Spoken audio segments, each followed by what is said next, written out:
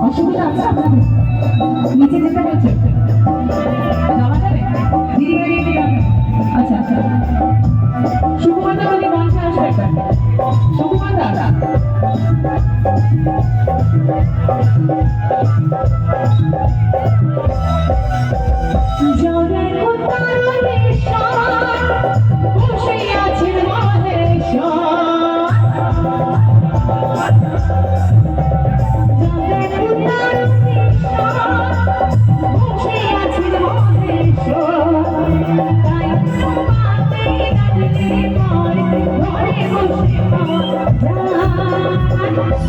নিচে যেতে বলা হচ্ছে, তাই তো? এর অসুবিধা নেই তো?